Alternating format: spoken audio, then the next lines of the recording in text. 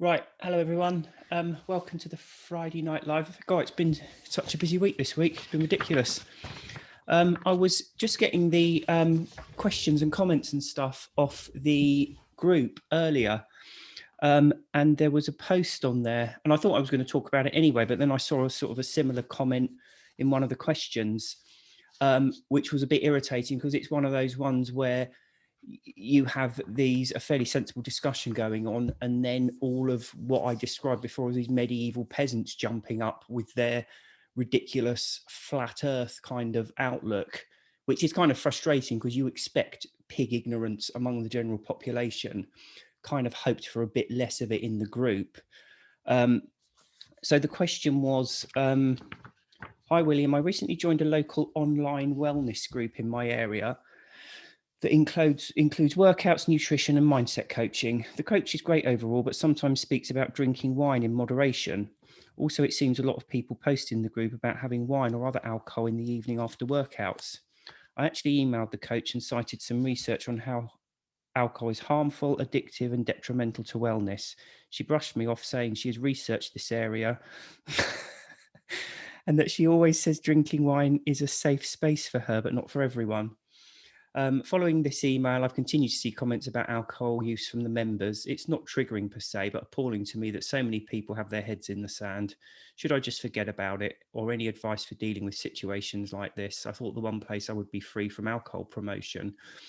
So, a fairly sensible comment. And there was a similar post in the group.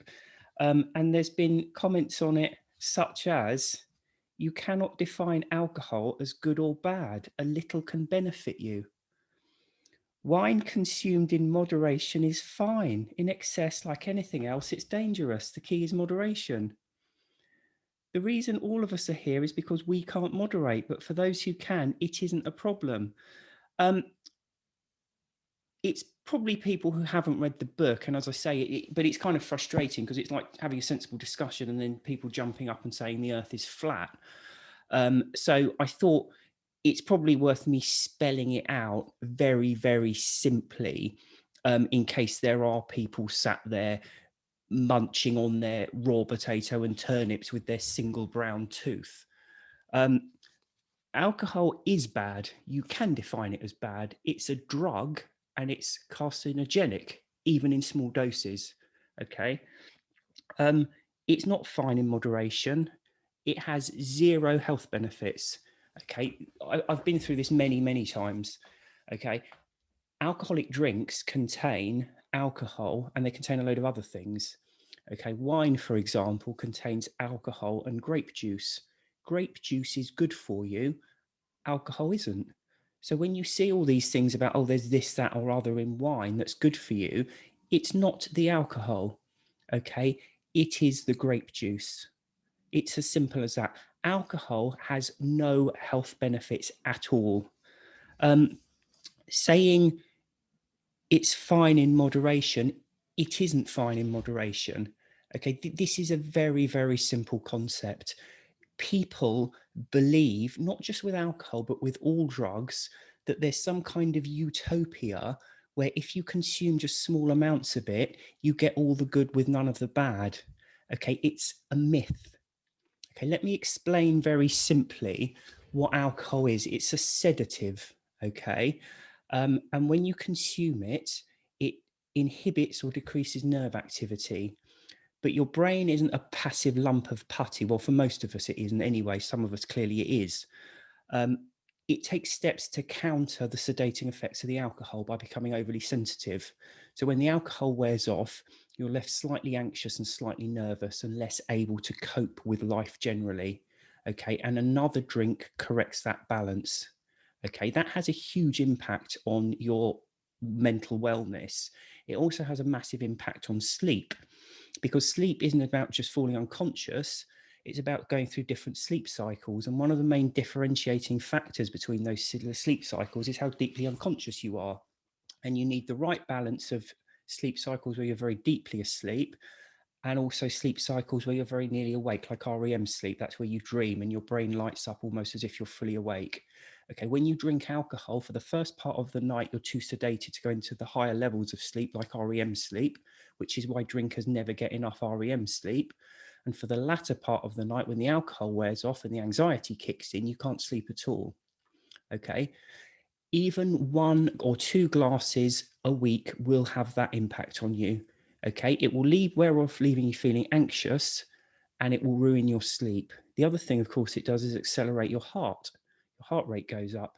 When your heart rate goes up, you feel tired and you want to slow down and stop, which is why drinkers are often lazy. Okay, they don't have the energy they would otherwise have because they're drinking. So saying you can't define alcohol as good or bad is rubbish. Okay, saying a little can benefit you is rubbish. Saying it's fine consumed in moderation is rubbish. Okay, the reason all of us here is because we can't moderate. For those who can, it isn't a problem. The reason some people can moderate and some people can't is because addiction is a learning process. Okay, every alcoholic drink that has ever been drunk through the course of the human race, from the beginning of time itself, okay, when it has worn off, it has left a corresponding feeling of anxiety. That is alcohol withdrawal. Okay, it's very, very minor in some people when they're just having 1 small glass of wine once a week, but it is there. The off switch where you can't moderate, that comes in when you learn that that unpleasant feeling can be relieved by taking another drink. Okay, many people will only have 1 or 2 drinks once or twice a week, and they will never learn on a subconscious and conscious level that they need another drink to get. They probably won't even be aware of that anxious feeling building up when the alcohol wears off. Still less would they ever think to take another drink to relieve it. But when you're drinking at a higher level and you start to learn that process, it can never be unlearned. Okay, so people who can't moderate are just a bit further down the inevitable slide or the path that those who can moderate are. Okay, it's like drinking, it's like smoking, it's like heroin. Nobody gets addicted from the first dose. Okay, how quickly you get addicted depends on how quickly the effect is felt, because the quicker the effect is felt, the sooner your conscious and subconscious mind links the drug with the relieving of the withdrawal pangs. Okay, in terms of how quickly it takes to feel the effect of a drug, you feel the effects of the drug when it enters your bloodstream. Okay, the very quickest way of getting a drug into your bloodstream is injecting it in. It's directly into the blood. Okay, the second quickest way is inhaling it into your lungs, because the lungs pass oxygen and whatever else you're inhaling directly into the blood. Okay, the third quickest way is snorting it. It goes up into your sinuses and it goes into the bloodstream that way. And again, it just takes a few seconds to get into your bloodstream. When you drink a drug, it has to go through your stomach and into your intestine and all the rest of it before it's actually absorbed into the bloodstream. So for that reason, and that reason alone, alcohol can take years or even decades to become addicted to. Okay, it really is that simple. People saying, you know, I don't have a problem because I don't drink during the day. Smokers are addicted to nicotine, okay, and they smoke all day, every day. But it's not unusual, particularly these days, for a smoker to wake up and then to have breakfast and actually leave the house before they have a cigarette. A lot of people don't smoke at home these days. Now, that smoker has been probably 8 hours in bed and then another hour on top of that not smoking. So they've been 9 hours without a cigarette, but they can manage it because they're not craving for it. But during the day when they're awake and they start thinking about it and dwelling on it and knowing that they can have one, that's when the craving kicks in. So drug addiction is made of the withdrawal, which you have with alcohol, but also the craving, because so many people have these very hard and fast rules. I don't drink in the morning, I don't drink at lunchtime, I only drink when I come home. Doesn't mean they're not addicted to it. It just means they're putting up with the withdrawal. But when that 5 o'clock comes around or 6 o'clock or whatever it is, they absolutely have to have a drink, in the same way that when the smoker leaves the house, they have to light up that cigarette. Ridiculous situation.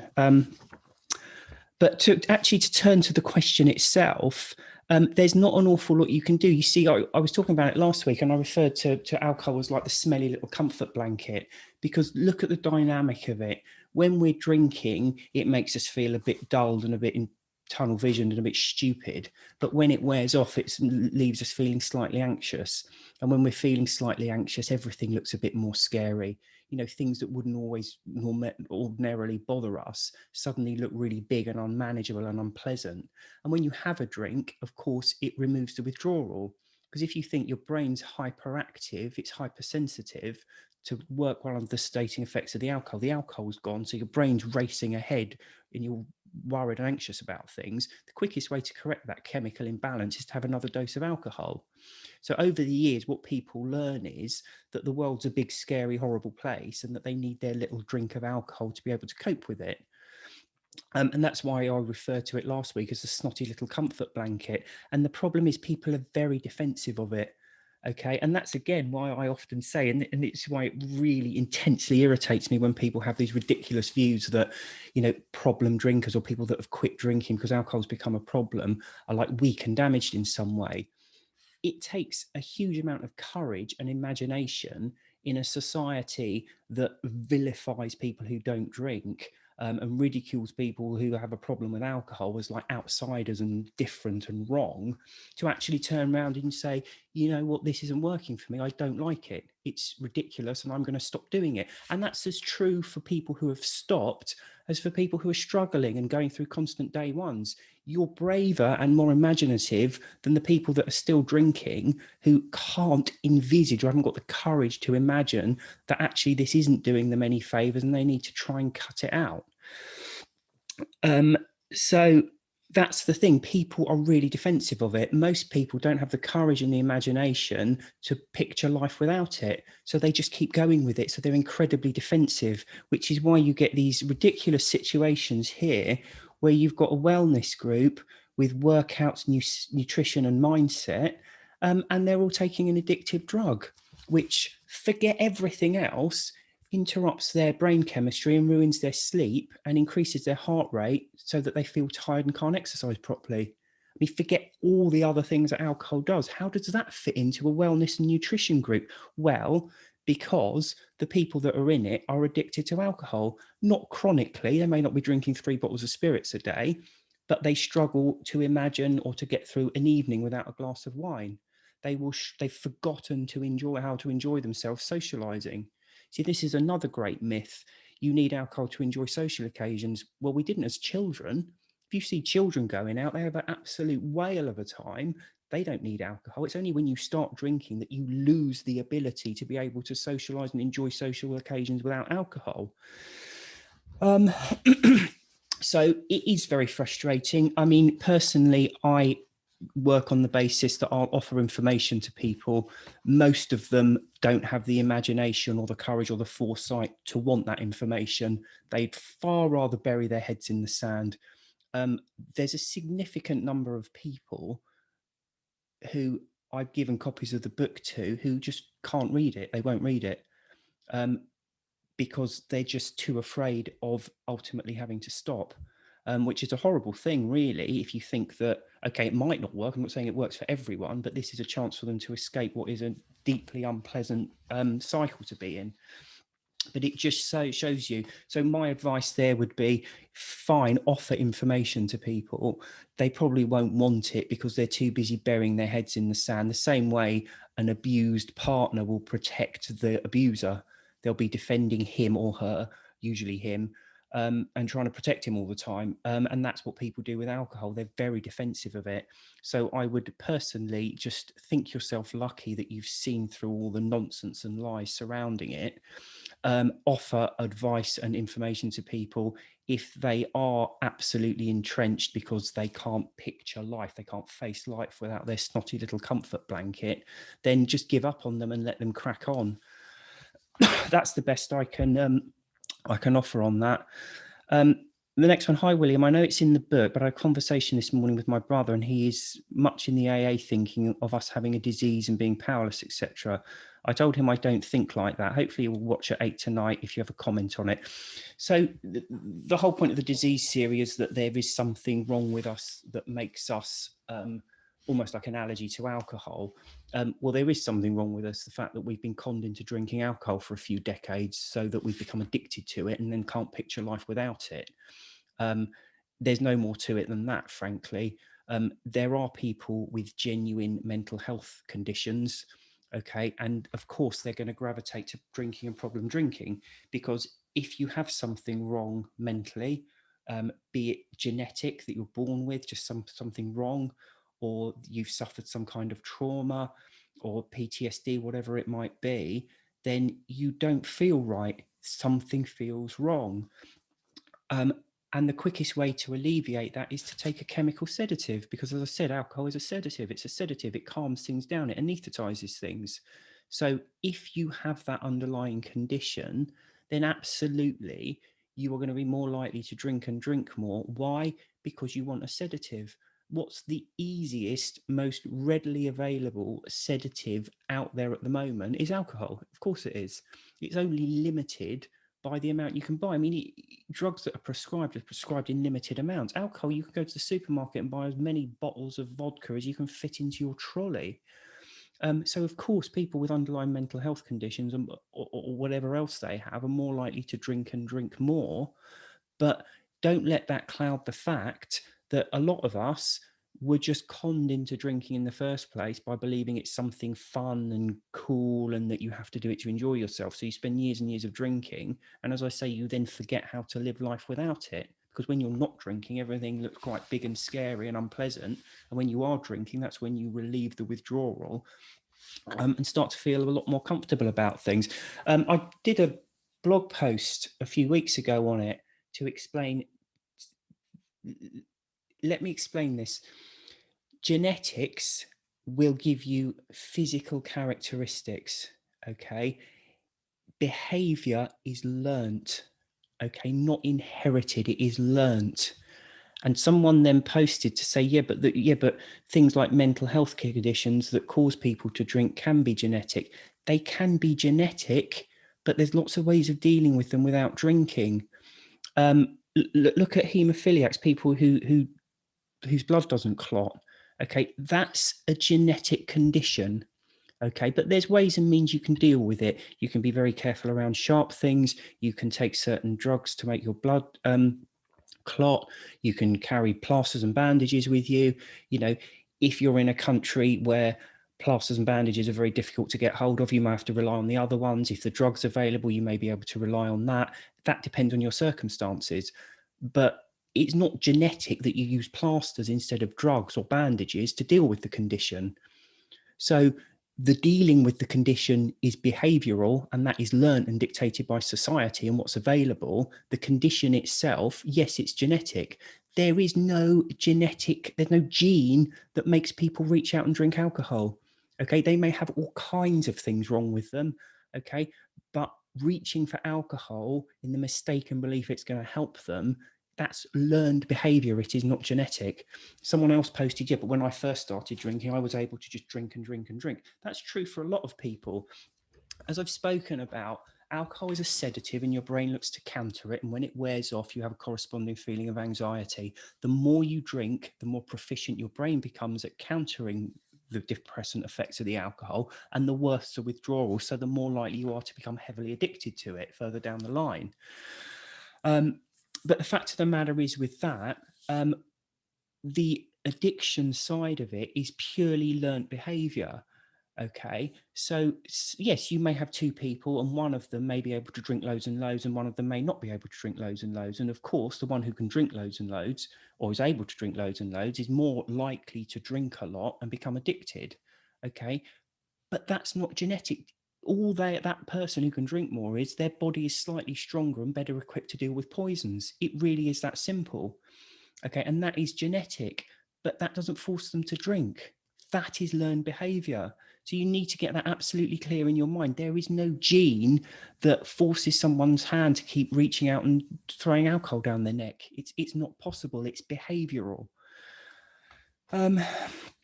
So that's that one. The next question, hopefully a bit less chance for me to rant.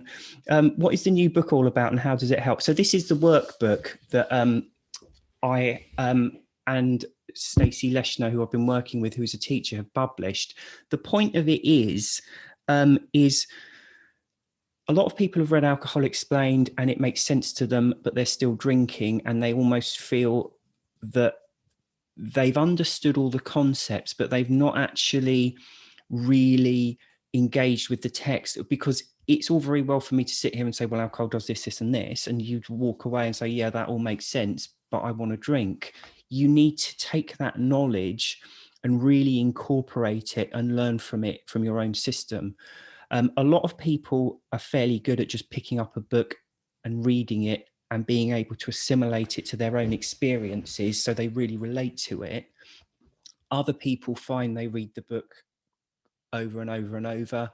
Other people, and this is one of the members who actually put this idea into our heads in the first place, was constantly posting about all the underlining he'd done. So he'd gone through the books loads of times, but really engaged with the text and underlined it. There was all different coloured underlining and all the rest of it. I won't mention names because this is going on to YouTube and I don't want to obviously publicly name people. But that was like such a fantastic thing to see. And so the idea was behind the workbook is to really get people to engage with the text a bit more. It isn't for everyone, because not all people learn that way, but I think for some people it's massively beneficial. And so what it is essentially, it starts off with, so unit 1, and it asks a few questions just to get you thinking around the topic, which you then write down the answers to before you even read the chapter. It then tells you to go and read that chapter, and then you come back to the book to answer some more questions. That's the basic thing. There's also some engagement points, which is just clumps of text, really, just to get you thinking around some different things. And in fact, I think there was a question a bit further on, but it's more to do. So I find I'm a bit like this with like self-help books, because, for example, quitting drinking or quitting smoking or something, I want to quit, I want to do it, I want to do it now and then get on with things. So I tend to attack quit lit books or self-help books in a slightly different way. I read a novel. So when I read a novel, I sit back and I just spend as much time over it. The more I enjoy a book, the more I want it to go on for, and I just love it to go on for ages and ages and really enjoy it. But for a self-help book, for me, it's more like taking an unpleasant medicine. I want to just get on, read it. And, you know, if I want to stop smoking, I want to do it. If I want to quit drinking, I want to do it and get on with things. And I think that can create a tendency to almost rattle through the books as quickly as possible, which can detract from really thinking about them. So the point of the workbook is really to focus people's minds on trying to assimilate the information and hopefully make it a lot better for them in trying to quit. If you have bought it, and I know a lot of people have, please do let me have feedback.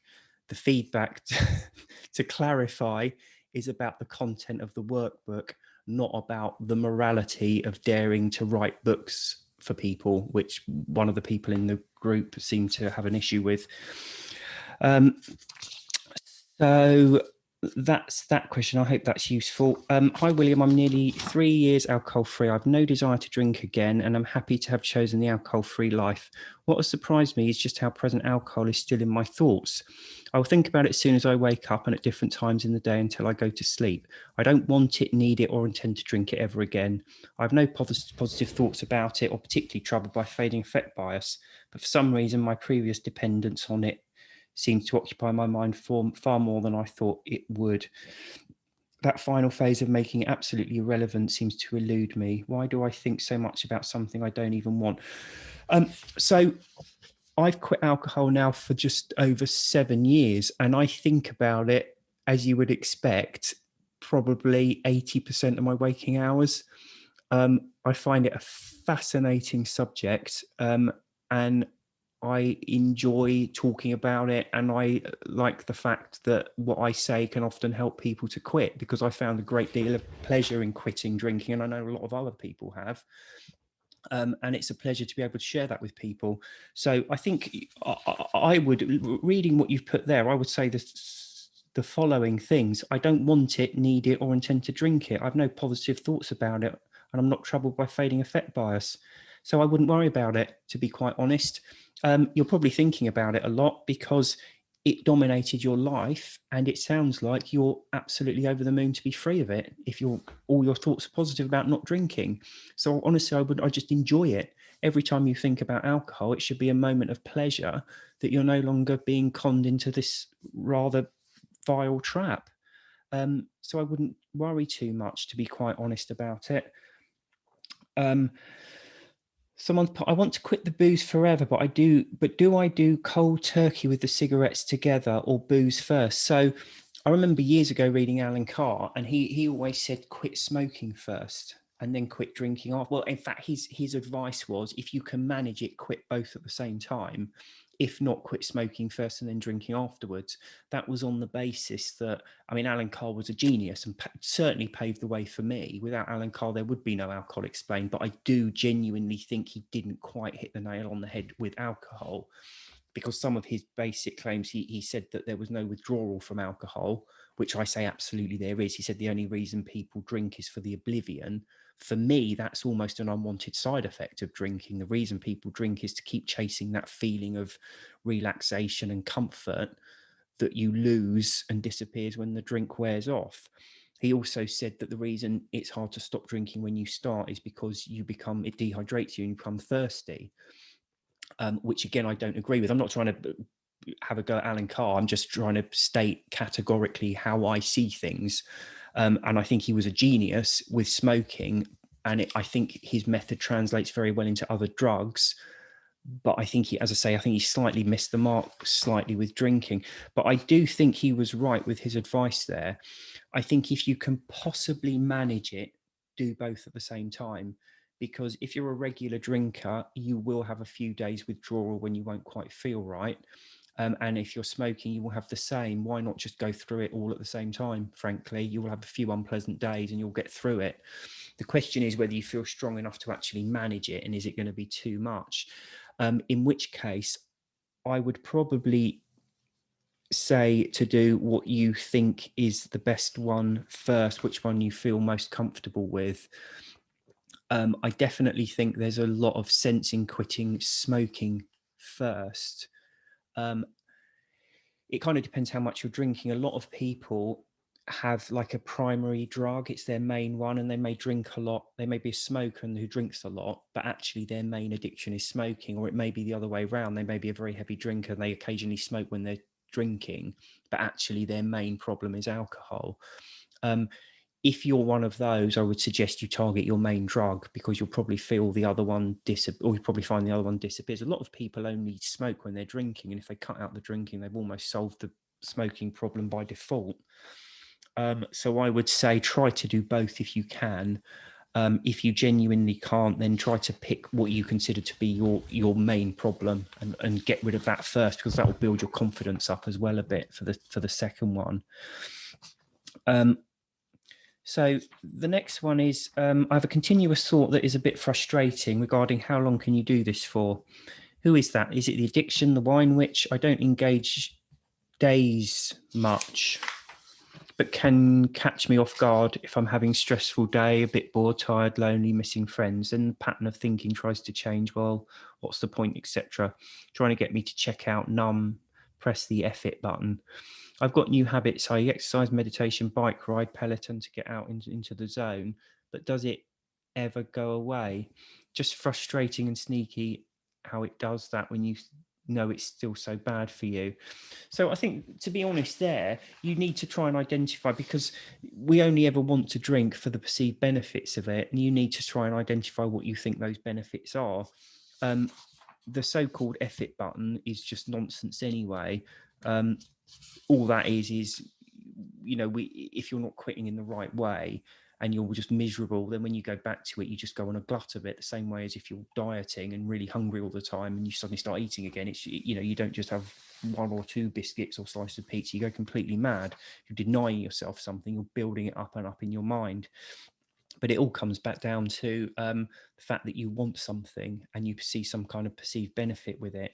So I would try and get to the heart of that if I was you. It sounds like you have to have something. So if I'm having a stressful day, don't forget a lot of this is just conditioning as well, because alcohol is a sedative. So if you're stressed, bored, tired, lonely, alcohol is an anesthetic, so we'll take the edge off those things, but it's going to wear off in 10 minutes and your whatever feeling you had in the first place is then going to be twice as bad. So I would keep that very much in mind. Someone's added to this as well. I feel like this at the moment too, day 82, and had a huge wobble last week, probably triggered by moving house, which that'd be a huge upheaval, and my own house being renovated, return to schools, etc. But I feel like I can't possibly do this forever. See, that's an interesting one, because I almost feel now when things get stressful that I'm even more glad I'm not drinking, because the thought of, for example, that this whole thing with homeschooling, it is difficult, it's hard work, and the thought of doing it tired with a hangover is just extraordinary to me. I can't imagine people doing it.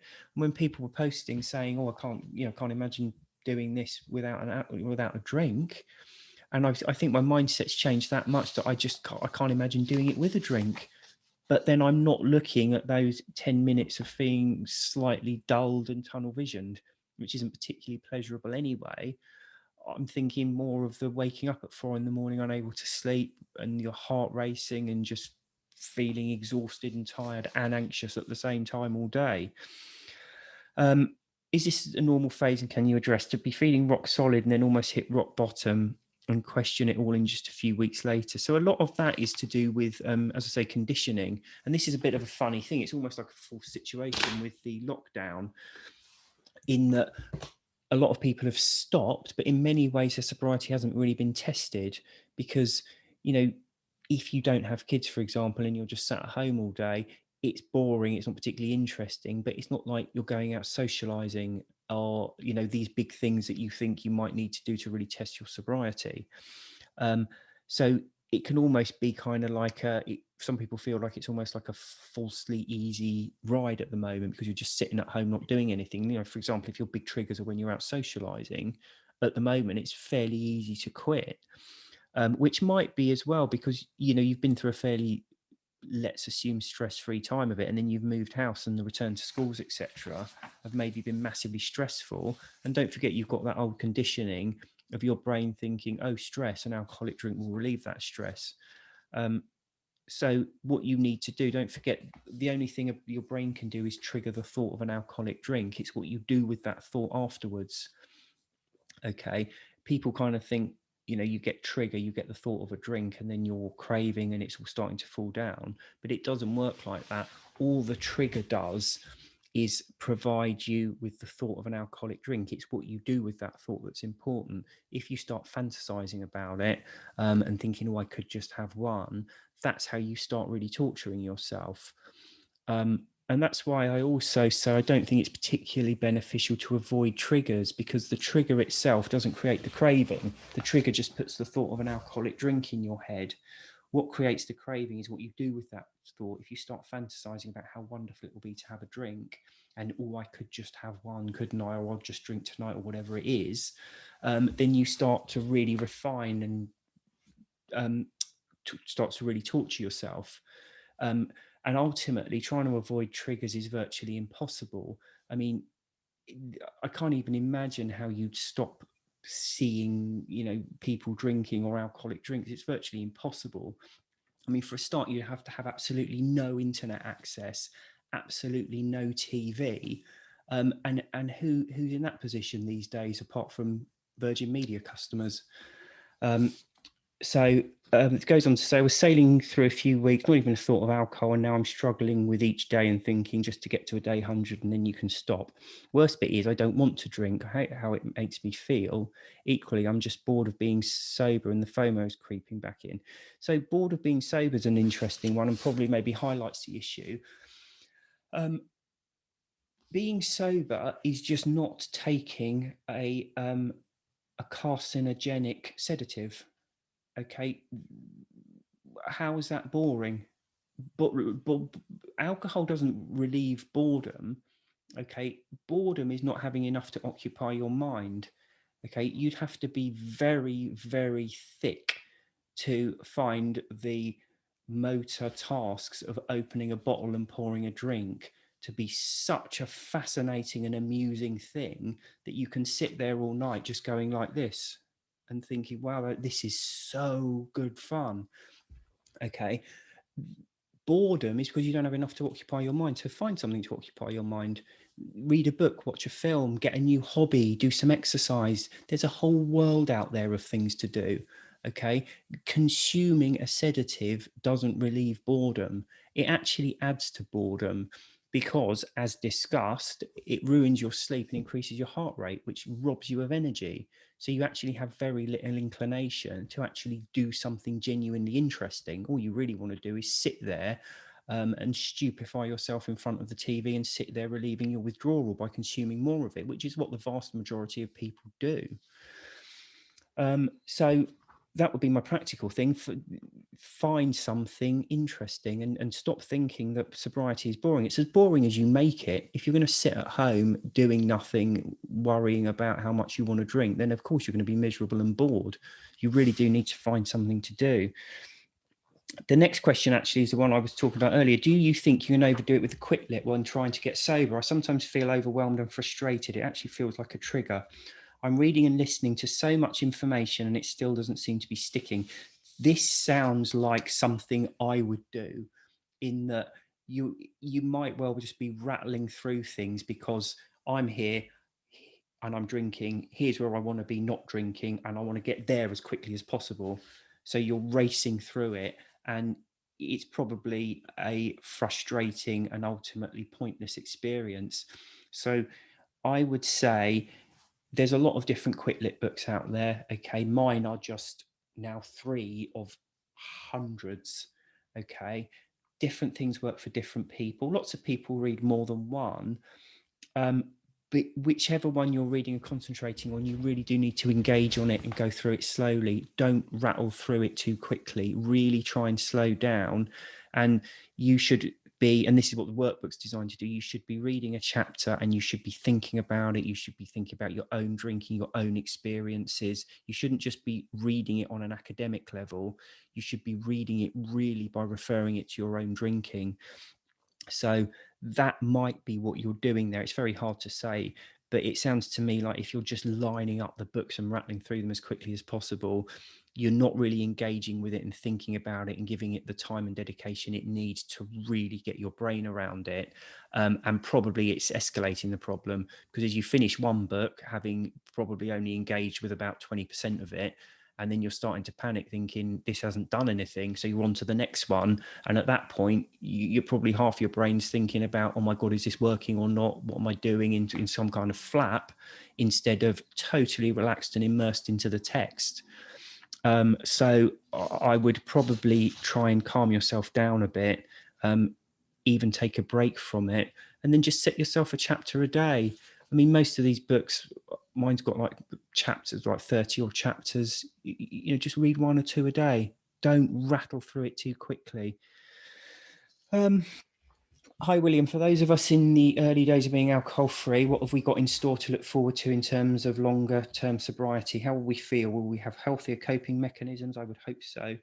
In what way is life better on the other side? This isn't articulated very often, but I feel it would be a massive help. Thank you. Yeah, absolutely. So the first thing is you will start sleeping properly. And this isn't true for everyone, but for the vast majority of people, it is. And that has such a big impact. The human race doesn't know much about sleep. We don't know what REM sleep is, and we don't know why we dream. We don't know anything, but we do know it has a massive impact on our physical and mental health. Okay, huge impact on your quality of life. When you quit drinking, you are better all the time than when you were drinking. Even when you're having that first wonderful glass of wine of the day or whatever it is, you feel better than that all the time. Life isn't perfect, but it's so much better. The other benefit, of course, is your heart rate's not racing all the time. It's going down to normal, which makes exercise achievable and pleasurable and much more beneficial for you, which again increases your physical health. And the other thing all of this feeds into is when your physical health is top notch, so is your mental health. And you may not be a confident person, you may have underlying health conditions, you may have all sorts of things, but you will be the best version of yourself that you can when you get there. And of course, you're not messing with your brain chemistry, so your brain gets back to normal. And what a lot of people find is they're much more resilient. Things that happen that would have completely derailed them when they were drinking just cease to bother them. They just knock them away much easier. Yes, there's always big things that come along and derail you at some point. And yes, you always have bad days, but the bad days are so much fewer and further between. So all of that is just there waiting for you. Some people do have sleep issues, for example, but most of them fortunately don't. And this is why another thing that kind of irritates me is this belief that people who are drinking, that there's pain at the root of all addiction. And so, it's not the alcohol that's the problem. It's that you've got some kind of childhood trauma. That may be true for a lot of people, but for the majority of us, we don't start drinking because we have some kind of childhood trauma we're trying to anesthetize. We start drinking because everyone drinks. If I go out, some point I will have to go. If I go out my next occasion to a party or something, I'm going to need my excuses, like I always do, to explain why I'm not drinking, because everyone drinks. And if you're not drinking, you're expected to justify it, which is frankly pathetic, but that's where we are anyway. So people don't start drinking. A lot of people don't start drinking because they've got some kind of underlying mental health issue or some kind of childhood trauma or whatever it is. They start drinking because everybody drinks and we're encouraged to drink. So we drink and we drink and we drink, and it's addictive. Okay, every time a drink wears off, it leaves that unpleasant feeling, and then we have another drink and it relieves that feeling. And over the years, that builds up addiction until we can't escape from it. And for most, some people, they find that when they quit the alcohol, yes, there's an underlying health condition that they need to get to grips with, whatever mental health condition, whatever it is. But actually, my experience is the majority of people don't have that. When they get back to sleeping properly, when they get their brain chemistry back to normal, when their fitness improves, they're just normal, healthy, happy human beings. Yes, they have bad days, but they're more than equipped to deal with them. Good evening, William. I'm on my way to being 3 years alcohol free, thanks to you and your and Annie's teaching. But I noticed I did turn to sugar, garbage. When I first read that, I thought it was cabbage. I did turn to sugar and garbage, so carbs, I think, when I had cravings to deal with uncomfortable feelings, which I'm now dealing with by eating very low carb. You're great on science, and I know we don't actually have two stomachs, but how can we eat a savoury main course until we're literally stuffed full and then always say yes to or fancy dessert? Is it actually nothing to do with volume or quantity and everything to do with taste buds or the brain? If that's the case, what's going on? I see alcohol as being no benefit to me whatsoever. I guess I want to see sugar in the same way as kicking it in all its guises has cleared up a lot of aches and pains that I had, and the brain fog is gone, but there's still this infuriating pull towards it. I'm waiting for you to write Sugar Explained. Well, actually, I have written, obviously, Diet and Fitness Explained, and I cover this point in there. So when you eat, your body has to divert a great deal of resources to digestion. So when you eat, there's something like 14 foot of digestive tract for the food to go through. And there's muscles on the intestines which squeeze it every inch of the way. Okay, so when you eat, loads of the blood rushes to the stomach to make the muscles work to start getting this food through your digestive system. It's quite tiring. Now, a lot of the food we eat, without going into huge amounts of detail, a lot of the food we eat, we're not naturally designed to eat. Okay, so when you eat these big meals, what you usually find is there's a lot of content there and probably not very much in what I would call readily available energy and actual vitamins and minerals. So what you find is you eat a huge amount of food, your body's got to divert all this energy and resource into making these muscles work to start squeezing the food through, but there's very little energy coming out of it. Your body has to work very hard to extract the energy from it. So what it does is trigger you to want something sweet to give it an actual very quick energy boost. So that's why we have this tendency to eat a load of very heavy food and then desperately want something sweet. It's actually your body saying, thanks for all of that, but I can't do anything with it. It's going to take me 4 hours to get anything out of this, and I need even more energy now to try and digest it. So can you please throw a load of chocolate down your neck to try and give me that boost of energy? So you can actually get around that by just eating a bit more sensibly. And as I say, I won't go into all of that now. It is all in Diet and Fitness Explained. How are we doing for Ty? Okay. Hello, William Porter. I'm feeling so well. I've got 3 more pages of this to go. Oh dear. I think I might try and rattle through a bit. I don't want to be going on too long here. I'm feeling well, alcohol-free since 2nd of January. Very, very grateful for your books, also your lives and the fabulous group. My question is, question 1, will I stop thinking about being alcohol-free? Question 2, question 1, when will I stop thinking about being alcohol-free? Question 2, when will I stop counting my days? These aren't issues for me, I'm just curious. Well, it's the same answer to both of them when you want to. Okay, so thinking about being alcohol free, again, I've dealt with that a bit. I think if your thoughts are positive about how wonderful it is, why would you want to stop thinking about it? Alcohol is out there, and even if you were never addicted to it in any way, shape, or form and have never consumed it, you'd still be thinking about it several times a day because it's just such a big part of our culture. So I think it's a mistake to think you will ever just stop thinking about alcohol, because until everybody in the country stops drinking and all the films and books and songs have got alcohol wiped out of them, which is never going to happen, you will be thinking of it many times a day. Don't worry about it. And counting days, it's entirely your choice. I mean, I don't think I ever really counted days. I count years because it was just after Valentine's Day when I quit. So I always kind of remember that. But anyway, yeah, so counting days is entirely up to you. I mean, if you've been 2nd of January, February, March, you could stop now and start counting months. It makes more sense to count months and then years, I would guess. I'm 2 weeks from hitting 6 months, but twice recently I've come so close to going out and getting a bottle. I don't want to live my life constantly fighting this strong urge. And to be fair, that's not how it's been for all these months. But now and again, they hit me so hard. I try to see the truth of what a night's drinking will give me, and that seems to win out in the end. Just wish these very strong urges wouldn't raise their head at this stage of the journey. Not a question as such, and I know the answers are in your books, which I've read 3 times, but any extra words of wisdom are welcome. I think your answer's in your own question there, because I try to see the truth of what a night's drinking will give me, i.e. very, very little, and that seems to win out in the end. So these thought processes, they take time to really solidify in your mind. It sounds to me like you're doing very well, and I wouldn't worry too much about it. I would just keep plodding on doing what you're doing. That's what you do. You counter the urges by seeing the reality.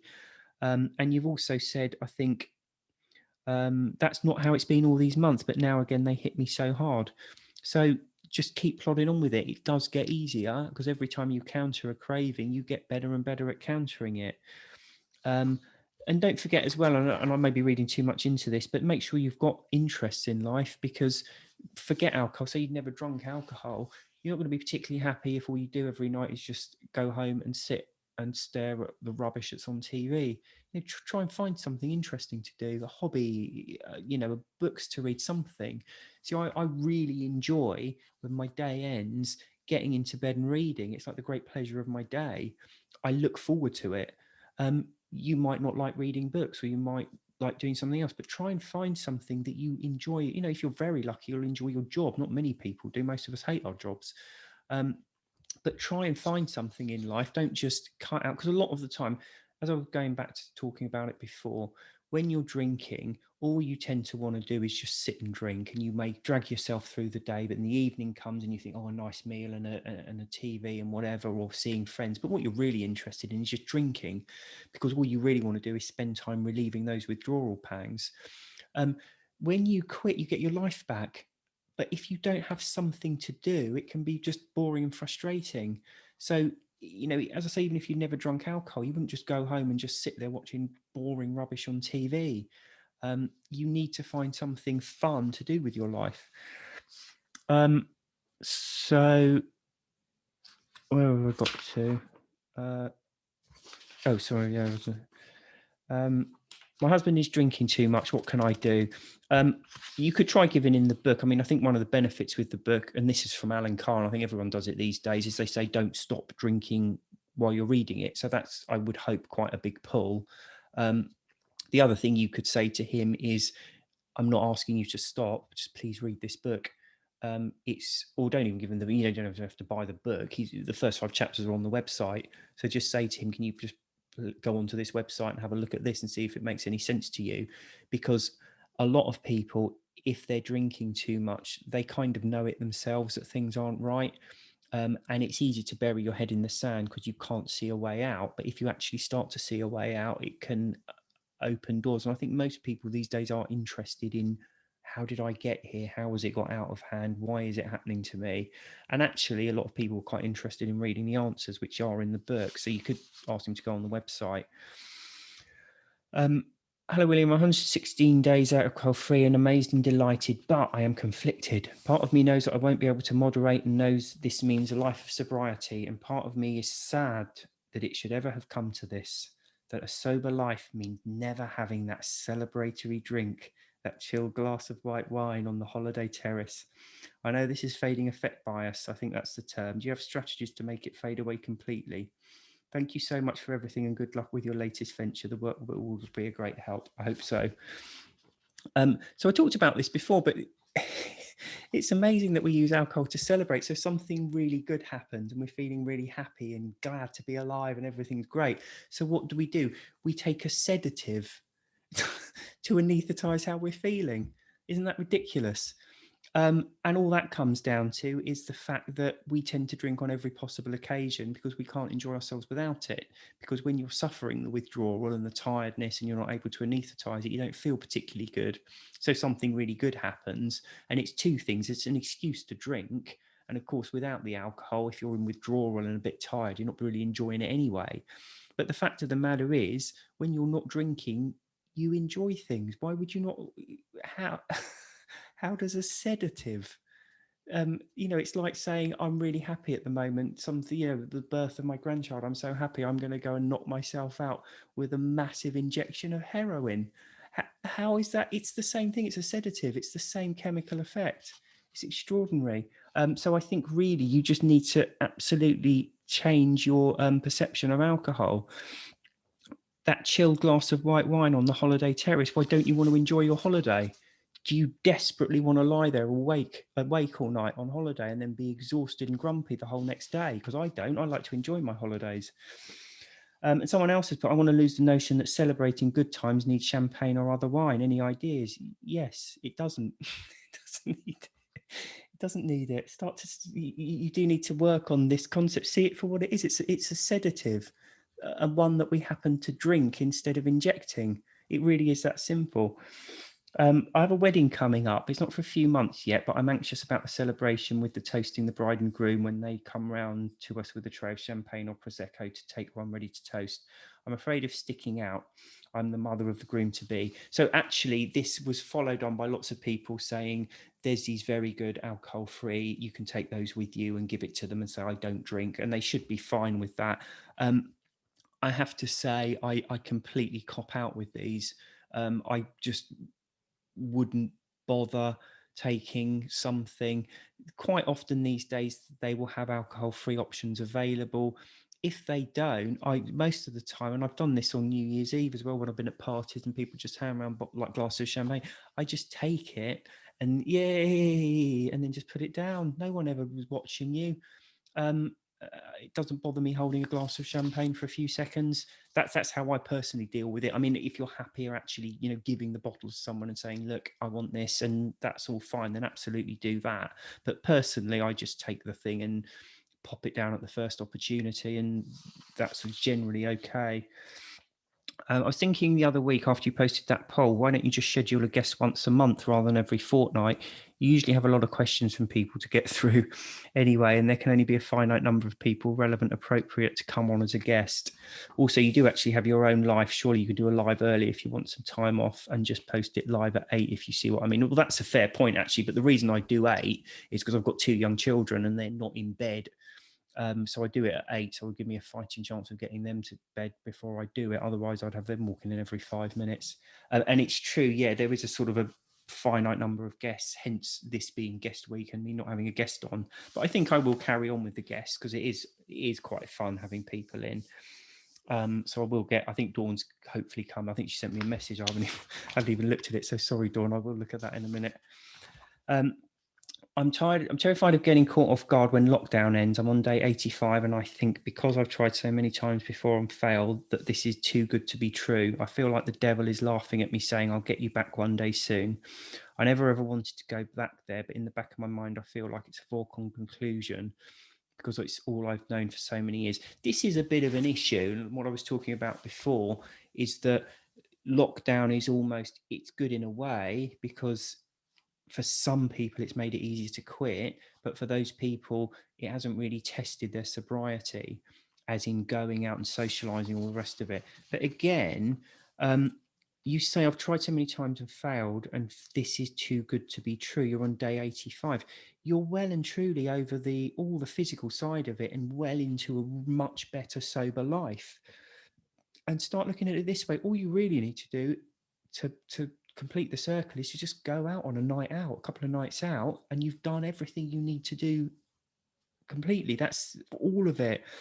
And in a way, lockdown ending is going to make it easier, because one of the big things at the moment is just how mind-numbingly dull it is to be sat at home all the time. And yes, you can go out to the park, but if you're anything like me, I've now been to my local park probably every day for the last year, and I'm sick to the back teeth of it.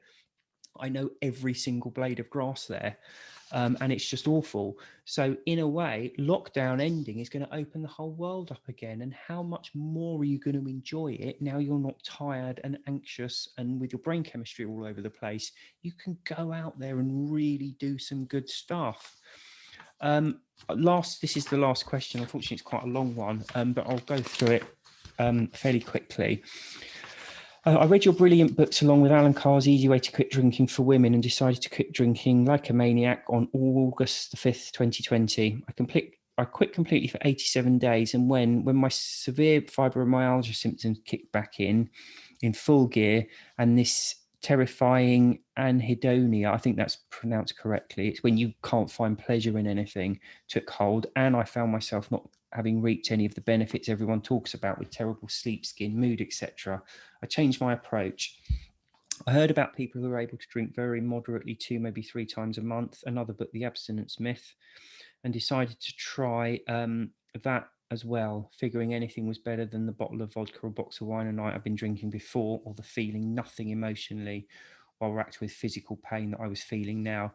I started almost micro dosing with alcohol as an as needed basis, only letting in a small designated amount of type of alcohol I didn't really like the taste of every couple of weeks, usually during a fibromyalgia flare up, to be consumed at an annoyingly and ridiculously slow pace, i.e. making a pint of cinnamon whiskey last 9+ hours, and then when it was done, going back to abstinence. This worked until 2 of the 3 days a month got too close together, and I broke my rule on my birthday, and before you know it, you guessed it, alcohol was trying to buddy up with me again, knocking me on the floor more often. When my best friend died, okay, he was a dog, but still true, I let my guard down even more, and now I find myself, after 2 weeks of moderate drinking, not knowing what to do or where to turn. I never got drunk or went off the rails, but all the horrible side effects of drinking regularly did definitely return: heart palpitations, mood swings, cravings, anxiety, etc. And I now find myself rattled, confidence shaking, and I kind of don't know what to do moving forward. I guess my questions are threefold. Do you have any thoughts on combating anhedonia during quitting? Do you think there's any long-term help for people suffering from chronic pain who don't want to take prescription drugs? We try to moderate in this 2 or 3 times a month fashion, using alcohol as a relief. And I mean, it really was working until I let my guard down. And or can you please talk about advice you might have for people getting back on track after a relapse? Thank you. So my wife has fibromyalgia and a few other conditions as well, and she's in a similar position. But I think one thing I find a bit strange here is you don't want to take prescription drugs. So she doesn't want to take prescription drugs, and she's looked into them, and they've recommended various drugs, and she's looked into it, and this is addictive and this has side effects, and she would rather not do it. Okay, so if you are like that and you're fairly careful and you don't want to take prescription drugs, I don't really understand why you'd see alcohol as helping, because alcohol is going to be the worst of all worlds, because there are prescription drugs that won't disturb your sleep, that won't cause massive anxiety afterwards, and that aren't as physically addictive as alcohol. Okay, so it's odd that you're saying, I won't take the prescription drugs because of these downsides, but I will take alcohol, because that's a massive thing. I'm completely sympathetic to you, because she's the same. She doesn't sleep particularly well. Some days she will go weeks with hardly sleeping at all. It's just ridiculous. And so, yes, it's difficult, because these benefits of drinking, like sleeping well and waking up feeling good, you're robbed of those anyway. it's particularly horrible with this because it's just not known about. People don't know enough about it. So there is no easy answer for it. What my wife is doing is just constantly looking for new things to try, new things for experiment with, to see if they will help, certain diets and all the rest of it. All I would say is alcohol is not going to help, because you may not be sleeping, you may get very little sleep, but alcohol is going to demolish the quality of sleep you have. Going back to what I was talking about before, alcohol will knock you out. It won't give you sleep. There's a big difference between being unconscious and sleeping. Sleeping is going through different sleep cycles, different levels of consciousness, so that your brain and body can recuperate. Drinking loads of alcohol is about being unconscious and going through none of those sleep cycles. You also need to bear in mind that when the alcohol wears off, it's going to leave a corresponding feeling of anxiety. It also causes inflammation. And these autoimmune things are hugely caused by inflammation. Okay, so you're massively adding to the physical side of it by drinking alcohol. So I probably need to can't go into much more detail than that. I don't have the answers. I don't think anyone has the answers to these autoimmune diseases and fibromyalgia. All of these big class of things are just not properly understood. And it can be incredibly difficult, because for most people, they will quit and they will sleep better and they will feel better and everything looks better. But for you, that's not going to be the case. But I would struggle to understand how alcohol is doing anything other than making it worse. And I think you would be far better off cutting out the alcohol and going for the prescription drugs. Or if you're not prepared to go for the prescription drugs and you want to do a more natural way, don't have the alcohol either, and try and look at other things. There's HTP5 seems to help some people. That CBD oil seems to relieve symptoms for some people. It works for some and not for others. So I think more than anything else, it's a question of constantly trying new things. Different diets seem to work for some people and not for others. But it's a case of experimentation and just constantly going on at it, to try and find the thing that probably, I mean, you're not going to cure it, but hopefully alleviate some of the symptoms. I hope that's been useful and interesting for you. And have a good weekend, everyone. And I shall see you next week.